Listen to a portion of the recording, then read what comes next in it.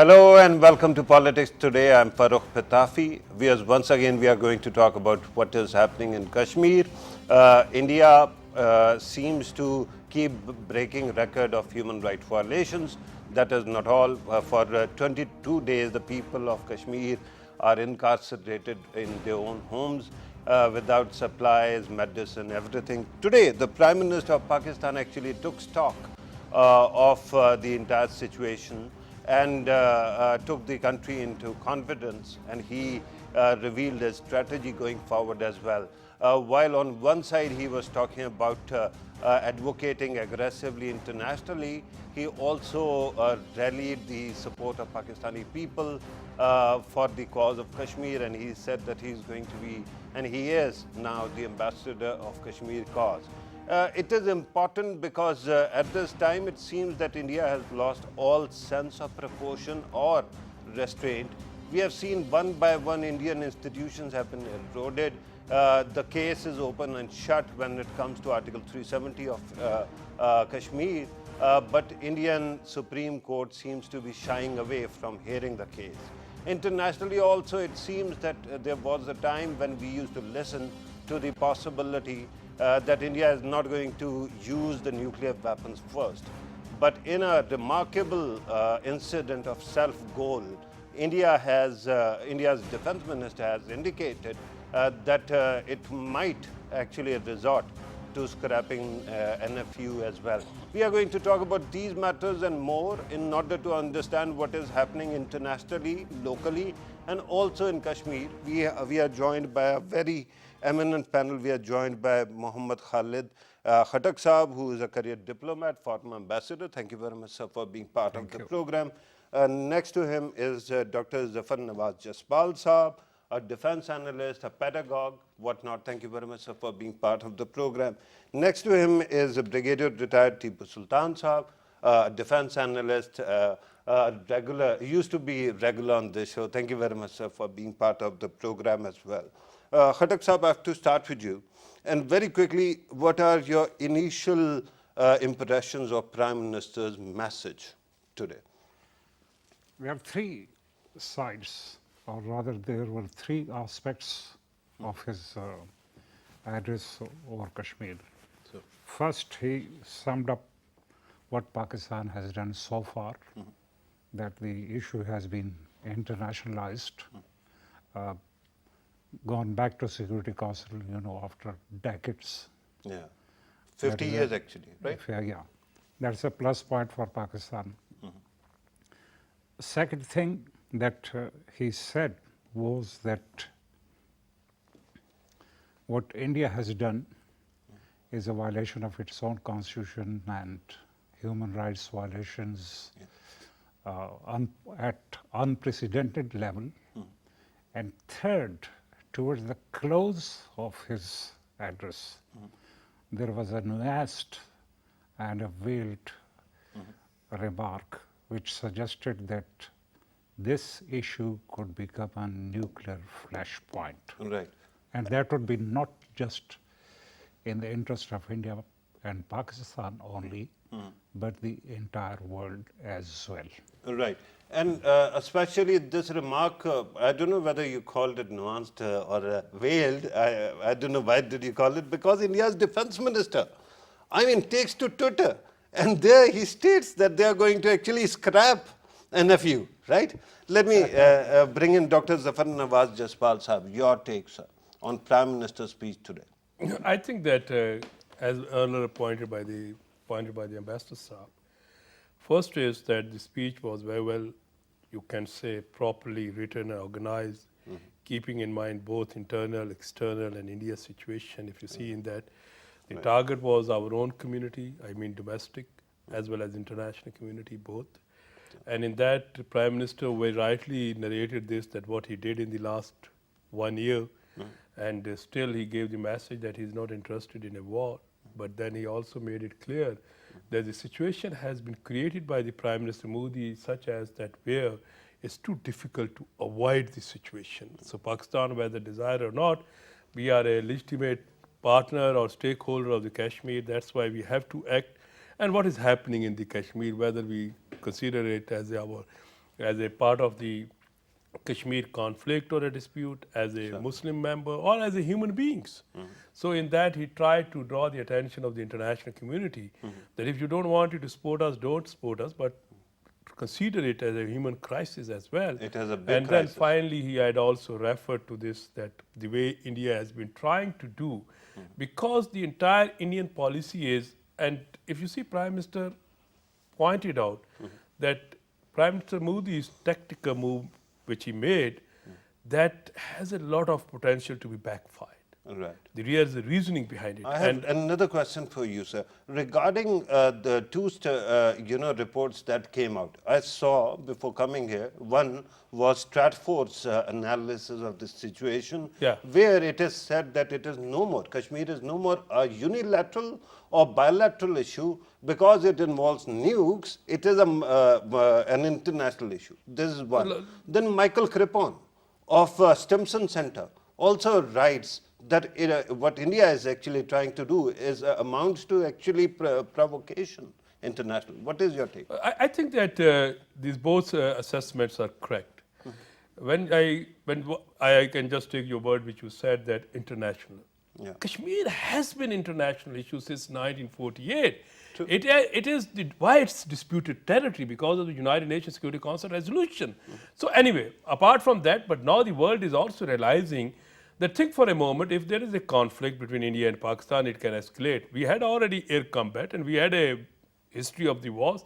And if this conflict escalate, and there is a probability of escalation because Prime Minister Modi wanted to divert the attention of the international community, his own civil society on the war so that he can earn or these kind of the things from everyone. Now, having said this, when you look about these kind of the things, what you can point out in it that if you see nuclear, earlier from 1999 to date, even if you read the writings of the Michael Crippon or other think tanks like this, the think tank which you referred, they were always putting the blame on Pakistan. They This were time it is referring not Pakistan is irrational nuclear weapon state. But today, they are not able to deny the fact that Indians are acting as an irrational, irresponsible nuclear weapon state. And you have to, sir, hold that thought because I'm going to come back to you. Let me bring in Brigadier Saab. Sir, your take on the speech, especially the Prime Minister of Pakistan keeps on drawing these parallels between fascism, Nazism and Hindutva. What exactly is your take on the speech and this element also? I think Prime Minister Imran Khan's speech was very much like he has been all his life. He has shown his perseverance and sense of purpose and single-minded approach towards attaining an aim. I think he is committed to stand with the Kashmiris, one, and then he is committed to convince the international community that here lies the danger of a megaton magnitude. I think what has happened is that I think the Indians tacitly did what they did, and the piece of paper, whether it was an instrument of accession in 47 or revoking or invoking of the Constitution, chapter 370 or 35A, does not make the revolution die down. Right. It does not finish over there. Whether the Supreme Court gives whatever decision, they don't want to hear it, we have a situation at hand. And Prime Minister Imran Khan is not letting it off, and he is not letting the Indians off the hook. Having said that, I think the Indians also have a clout internationally. The nations and the powers that be have mercantile interest in India, and slowly and gradually they think that they are going to settle down, and they are going to go through the settling process and convince the world on that. Okay. It is up to Pakistan how it handles the situation from here. Right. I think apart from speaking at the national at the UN General Assembly and invoking that international body, he needs to have a personal touch and maybe a meeting with the influential leaders of the world. That is to nullify Modi's foreign visits that he is in France and Yeah, he talking met to different Donald people. Trump today as And well. I think the Prime Minister needs to explain the situation himself. He is doing that Yeah. through his tweets and through his phones. Indian media is celebrating the fact that Donald Trump complimented Narendra Modi on his English. Yeah. I mean, this is the It standard is. of Indian But- journalism but, now. But having having said that and having pondering on the international community and what they think about the Kashmir problem, I come back and see what will force the Indians not to do what they are doing in Kashmir. Right. And- It is be aware of Indian deception. Their deception, although we keep on saying that it is an international problem and recognized with the United Nations and all, but the Indian deception stood on two pillars.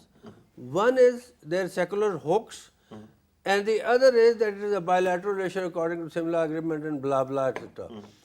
That is, they convinced the world on one side, but when it came to Pakistan, and when Prime Minister said you take one step, I'll take two steps, they have been refusing the bilateral meeting. Yeah. And on they the kept other on side, they saying that it convinced is the world. So internal matter.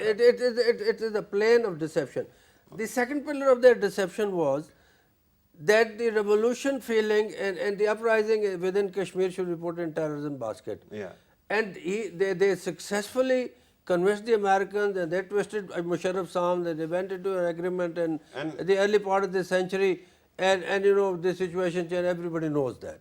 Right. But now, Both of those arguments are out of the window now. out of the Because window. India- It is. But now what has happened is, I think Prime Minister is absolutely right when he says that they played the last card, they have no other options left. But And when sir, I come back to you, I'm going to actually request you to war game this as well.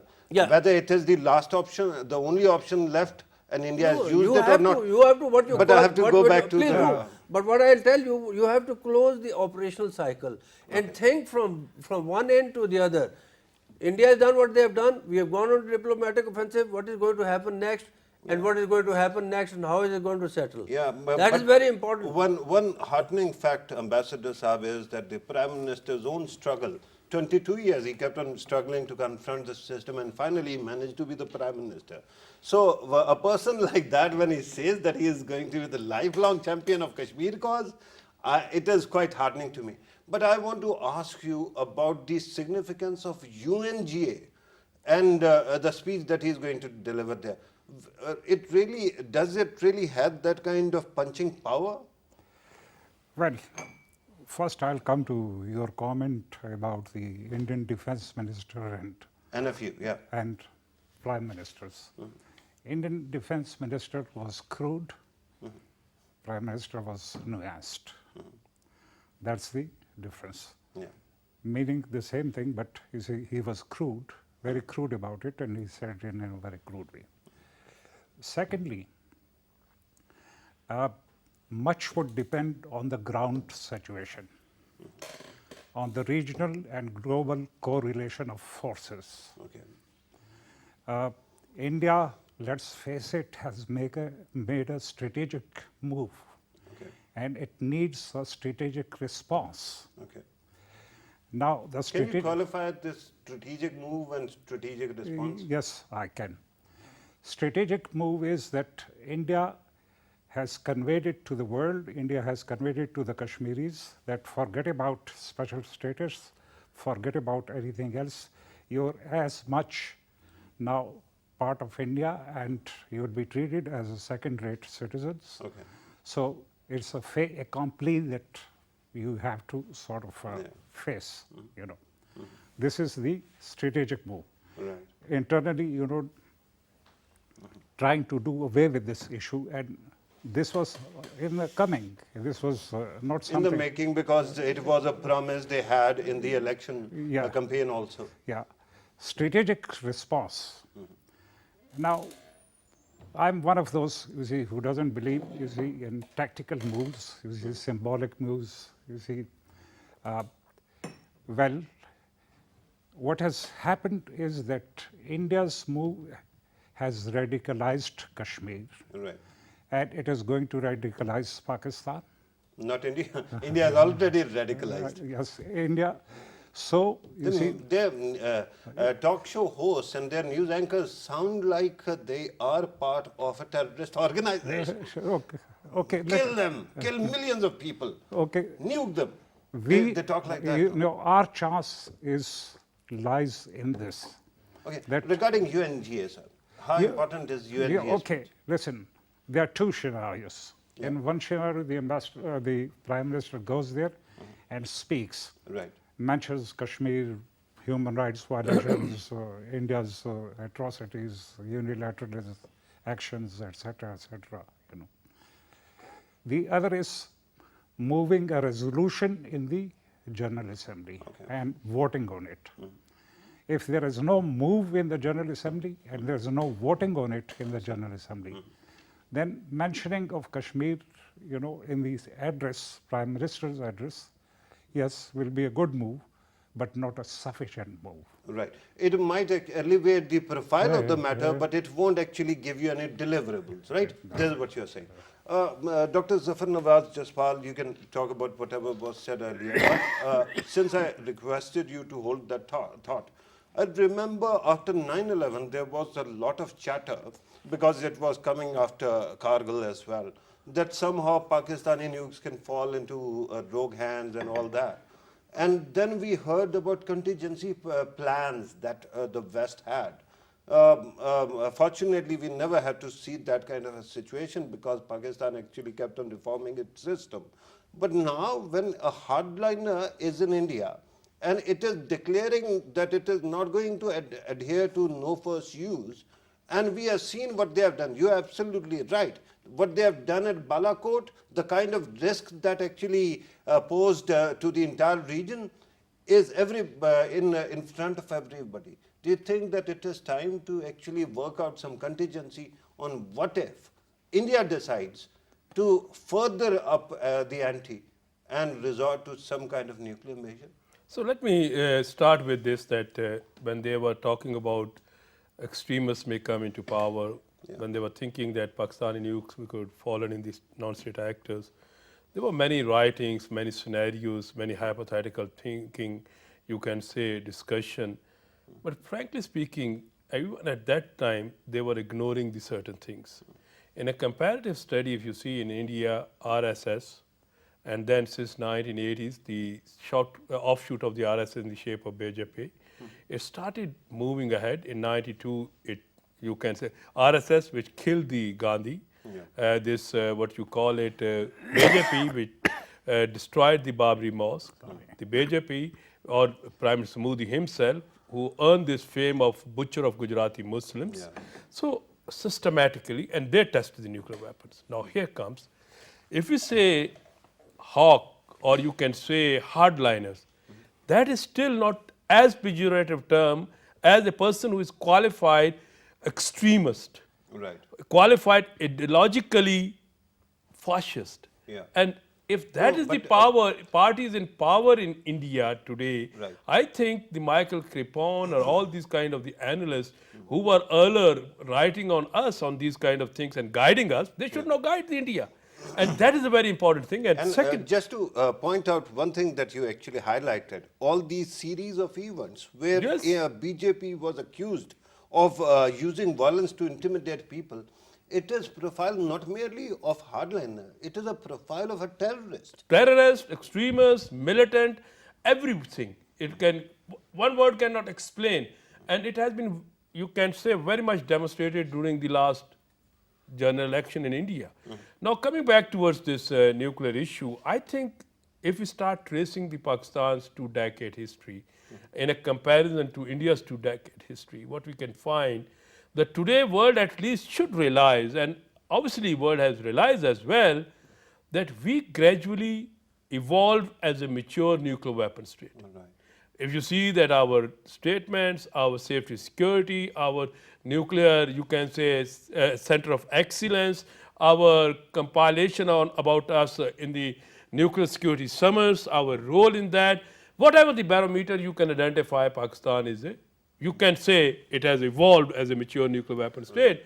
Now go on the other side, which was a baby of the West, which God gave him a waiver in the nuclear supply group, make a member of the Missile Technology Control Regime, From 1998 to date, if you see, they are becoming more warmonger, immature, nuclear threat. What they were saying, these weapons are not for Diwali. We call the bluff. Yeah. How you can call the bluff of a nuclear weapon state? What earlier you used word about their media, it's very interesting to note. The media, knowing that they lost 2 aircrafts, 2 pilots, one was in the custody of the Pakistani armed forces, and still they were presenting. So this is a problem. This is a, what you call it, a society which has been radicalized, a society in You're which, right. and They here, say, do you know how do they here, say? here, one There are thing. 3 categories of lies: lies, bigger lies, and Indian media reports. What we used to Right. see this move, I've good, bad, actually- ugly. And let me just finish before you can move on the other point. Yeah. There is a very interesting thing in this case when we see on the India, today India is in a big transition. And we have to not take it non-seriously, because when the transition is taking place within a society or in a state, it has spillover impact on the neighborhood. It can be positive, it can be negative, that is a different debate. Transition is from secular, they are going towards Hindutva state. Right. From constitutional state, they are going to unconstitutional state. From 1973, their apex court started enjoying the autonomy or superiority.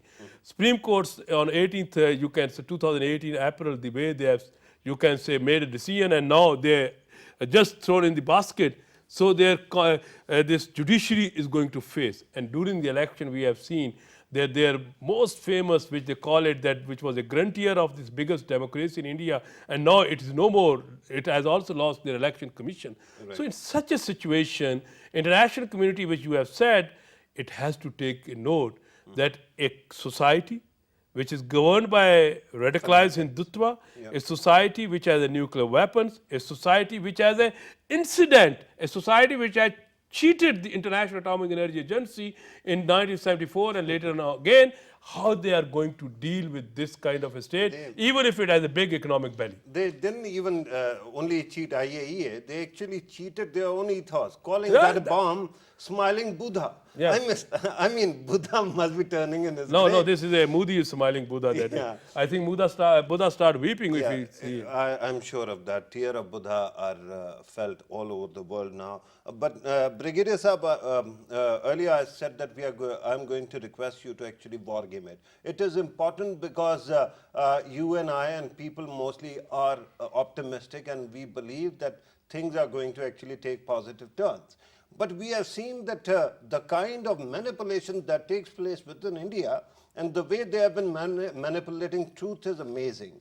On one side, they have announced that there will be an investor conference in Kashmir in October 12th to 14th. And then today I was watching a CNBC Indian version where they're actually, treating Kashmir as a piece of property and how people can go and just buy anything. Just help us, see whether India is really trapped or there is a way out for India. And we might not be seeing it. I think what Modi and his party BJP emanating from the fascist tendencies of RS has done to Indian polity, it will be very hard politically for the BJP to get the Indians out of the quagmire that they've put India in. I think the Prime Minister, if you look at Prime Minister's thrust, I think he talked a lot. Whenever he speaks, whenever he tweets, he is on the dot. He speaks of the ideology that the RSS is generating, and that ideology is of terror, of religious extremism, of killing and arson, of keeping the people captive, and it is not going to work, and he is rubbing that on the Indian face very successfully, and is getting traction from the international community. Let me tell you that a government as fascist as extremist as it is, and has as large armed forces as they have, and armed with nuclear weapons is a dreadful thinking and a dilemma for the world. Having dealt with these strategic weapons for a few years during my service, I can tell you that the articulation of command Pakistan's nuclear weapon is at par with the Americans. There is nothing less than that. It is so safe. Plus, I think if they have talked of Diwali, so have our ministers talked about the nuclear weapons often. But let me tell you No, that with due respect, I just wanted to point out one thing and I want to actually solicit your opinion. On one side is Pakistan, you have mentioned that there are nuances and they are command and control. In India, it seems that all of a sudden, all those nuances are gone. There are no checks and balances. Supreme Court, Parliament, see, Constitution, institutions, not there. Talking of the real operational possibilities, one thing is sure that there is something called nuclear threshold. Right. And the threshold of the forces got a weaker economy, lesser number, more threatened, their threshold is naturally comes first.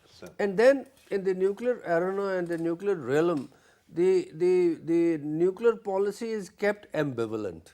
It is never clear.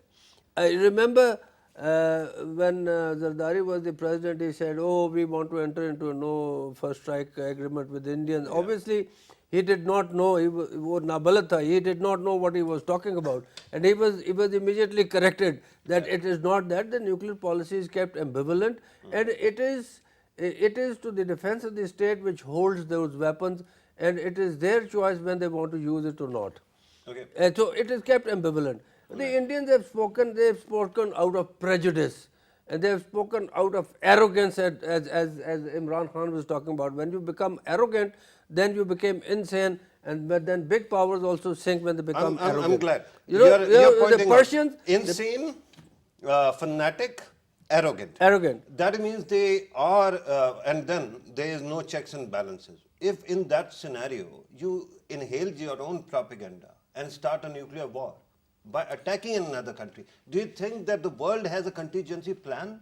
Or what point is there of having all these command and control conferences all over the world? You see, the point where you is, talk about nuclear non-proliferation the point and is restraint. the world stands in a grave danger because of one very big factor, and that is that the BJP has proved by taking certain decisions in India of lynching and killing Muslims and doing what they are doing in Kashmir and behaving in a manner in India where the judges are threatened, where the police is threatened, where the investigation agencies are threatened, where the law is infested by the extremists. So the state is literally under siege of extremists. In that environment, when you think of nuclear weapons in their hands and the button that they hold, it is a dreadful feeling, and you know the world must realize that here is a power called India, which is gone extremist in this modern era, and anything is possible because of them. Right. Now coming back to the operational cycle on Kashmir, what I think is that if you allow me, actually, because Dr. Zafar Nawaz Jaspal wants to add to the nuclear bit, let him do it, and then we are going to come back to the operational side. Also. I would like to, with the new permission, make one thing very clear. When we talk about the nuclear rhetoric, I do agree that in the 2001-2002, our ministers some made these kind of statements. But the situation was very, you can say, dangerous after the Pulwama incident and when we had a military standoff. I think that not even a single member of National Command Authority, I mean Prime Minister, Chair, Interior Minister, Foreign Minister, France, they made any state. Now here, when as a student of a nuclear study, for me, the nuclear statement coming from the chairman of National Command Authority or a nuclear authority, or according to Indian, you can say nuclear authority, National Command Authority, they have a two committee, political committee and the other committee, advisory committee. And a political committee has a right to decide when to use the nuclear weapon, when the situation arrived. And in the political committee, the chair is with the Prime Minister, and Prime Minister is always the Prime Minister because the Prime Minister Modi made these statements, nuclear-related statements, when he was a Prime Minister of India, when he was a Chairman of National Command Authority, or when he was a Chairman of a political authority. So any word which was coming out of his mouth, it is very serious for the student of nuclear studies. And he is the man who talks about radar, that they cannot penetrate, clouds. That is that kind of ignorance is also deadly. No, that was not ignorance. I They think calculated. at the planning stage of both the countries, it will be a very big factor on the planners, the operational planners, the DGMOs or whatever the services. Yeah. They are the nuclear threshold and the nuclear we are- scenario will be playing in their mind when they open up operations, when they decide what are they going to do. No, I So totally it- get it- that it- point, and I want to have that kind of solace and that kind of, reassurance as well. But with due respect, the way Indian Army seems to go along after their current army chief is worrying. Sir, you want to add to this? Yes. Well, I agree both with basically with Professor Saab and also with the Brigadier. Yeah. BJP's victory is a victory of India's backwardness. Okay. Okay. To borrow a phrase from Trotsky's view on Stalinism or rise of Stalinism in Soviet Union. Oh, yeah. So, what my anxiety, my worry is that this region has not seen modern warfare. And we still have those medieval setups. What we call these wars, 3 or 4, have been 2 or 3 weeks of hairs Yeah. compared to the real wars, you see. Yeah. Why so much of emphasis on peace in Europe? Because Europe has lost generations in war, and Europe has seen 2 wars. Yeah. So, it will be a mix of, ignorance about, the fallout of a modern war, nuclear war, its implications, its fallout, its, other aspects, the dangers for the region, the dangers for the countries, the dangers for the people, the dangers for the rest of international community, which might sort of, help in, Sir, with due res- getting these things. Ambassador in. Saab, with due respect, I don't want to actually mock what they are doing, but recently there was a report about a nuclear submarine that they wanted to test. And they didn't realize that they have to actually first close the lid, Yeah. and they sunk it. Yeah. I mean, with that kind of worldview, Yeah. you tell me, what exactly are we going to make? They might actually end up doing something so stupid that they might destroy them as well as us. And the problem is that in the past, I understand where the West stood, and while it was studying what happened in 9/11, Kargil, elsewhere. But today it seems to be totally clueless what to do regarding India that might one day use nukes. Look, it is difficult to save India from itself. And it's not Pakistan's responsibility and other things. Pakistan's responsibility is restricted to safeguard the interests of Kashmiris and to protect itself from this fallout of what is happening inside India. And these things have been happening for quite some time. Sure. Mind Gandhi's slogan of Ram Raj had a meaning to which Quaid-e-Azam and Gokhale and others, they objected.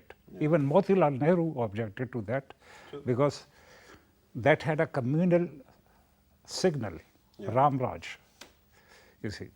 So, you are faced with a communal state. Yeah. And interestingly, when Pakistan is moving increasingly towards Moderation. non-communal open society, Yeah. India is moving towards. This is what a friend of mine actually said yesterday. I recently have written a piece saying, Dr. Saab, that whatever is happening is reverse Kargil, that India gained West in those days and now we are getting it. Yesterday, the Indian Prime Minister goes to UAE and he is given this medal. And I recall that during the days of Kargil, in those days, the West was with India and the Arab world was mostly with us. It seems to be a remarkable turn of events where roles seem to have reversed. But sir, coming back, my concern again is that for years and years, we have studied nuclear non-proliferation, disarmament, containment, so many things. There are conferences upon conferences, there are agreements upon agreements. And then a country of 1.3 billion can pose a threat to 1.5 billion people in the South Asian region, and the world doesn't have a contingency. What does it tell you about that kind of retreat of imagination? Farooq, whatever you have studied in that, the one word is that the entire these regimes, arms control, disarmament, or non-proliferation, they were based on one assumption that there should no more horizontal proliferation, that India, Pakistan, or Pakistan-like countries could not have a nuclear weapons for their own security. Yeah. Apart from that, in the nuclear strategy or nuclear history, there is no contingency plan because we're dealing with sovereign states. I concur Ambassador Saab's this point of view that what Indians are doing, they have to bear the burden.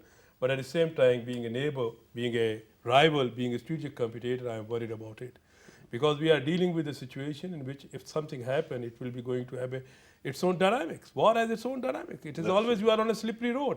So in that context, especially when a leadership is using war for the sake of public support, for the sake of hiding its economic policies failure, for the sake of its own grandeur, for the sake of its, you can say ideological radicalization myth, all these things, there the situation is very wrong, very difficult. Now here comes the point.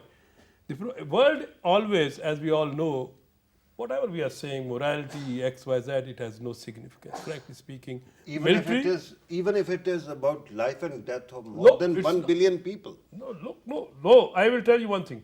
What the Prime Minister today in his speech very intelligently and in a civilized manner said that a conflict or a war between India will be going to destroy not only this region but rest of the world.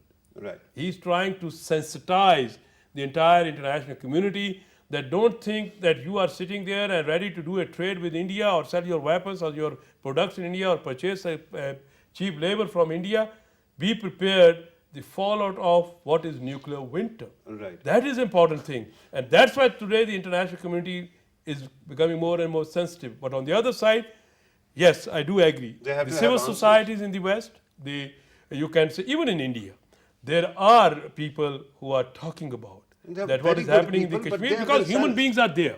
Very But good the people are problem there, is, but the they're problem is, Farooq, the states' policies are not driven or governed by the humanistic, you can say, views or humanistic factors. They are always driven by the military and economic, you can say, pursuits or agendas.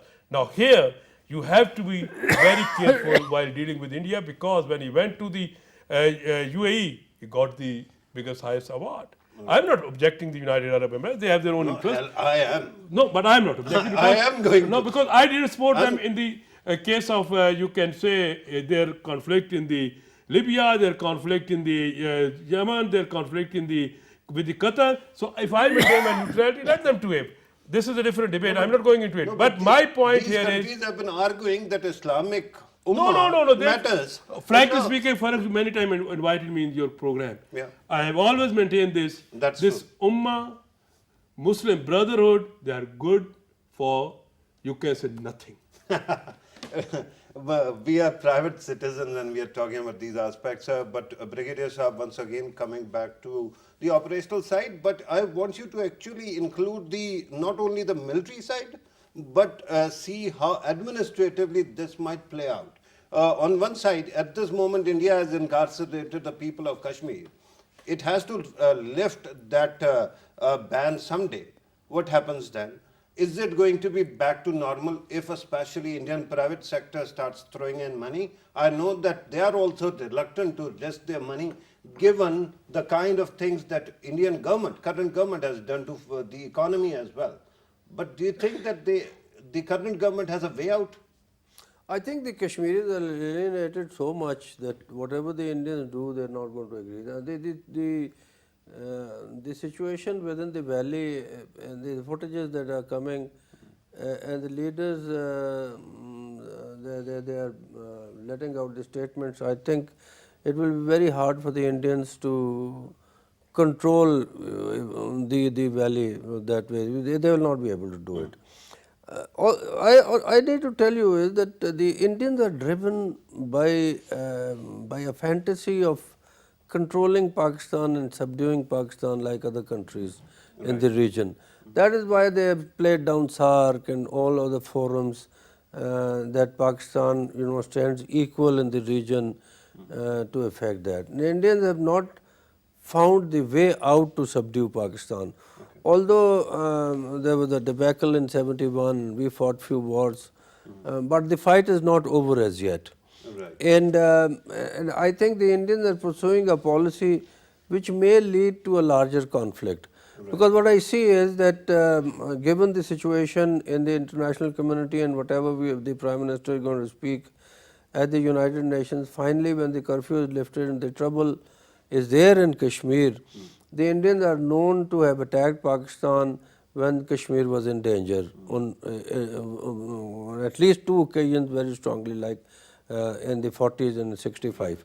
So I would say that it is not beyond the operational possibility. It is a possibility that Indians might resort to a larger conflict. Right. I think what the Indians would want is that in a conventional mode, if they can achieve their aim short of a nuclear threshold, they would like to do that. Having said whatever extremist views that they have, but when they coolly sit down on the planning table, they would, it is to the disadvantage of both the countries, but so to the disadvantage of the Indians if the nuclear exchange takes place, because there will be no decision then. But So- with due respect, when you talk about disadvantage to India, the world community might not be late. There is a couplet also. Mana ke tahaful na karoge, lekin खाक हो जाएंगे हम तुमको खबर होने तक I know that you will not be late, that is exactly but what we might be burnt down to ground by the time you are informed. Yeah, that is what the Prime Minister said in fact today, Yeah. that the international community owes it to the subcontinent that there can be a catastrophe over here. And that's true, sir. I wish we could continue this discussion for a longer period of time, but I'm told that we have run short of time. Thank you very much, Brigadier Retired Tipu Sultan Sahab, for your participation. Dr. Zafar Nawaz Jaspal Sahab, thank you very much for your time as well. Ambassador Khalid Khattak Sahab, thank you very much, sir, for your time as well. Viewers, you have listened to our participants. Discussion of this sort is not heartening, because we know what exactly is happening. And if you want to understand what is happening not only to the region but to the world as well, you have to go back to the realities before 2014, when people of India decided to elect Narendra Modi. Before that, the world was a different place, and facts were not so broken that everybody would think that they are entitled to their own facts, not opinions. But it seems that one bad example, that is India, has led to so many bad examples elsewhere. And that's why the world is becoming the horrible dystopia it is.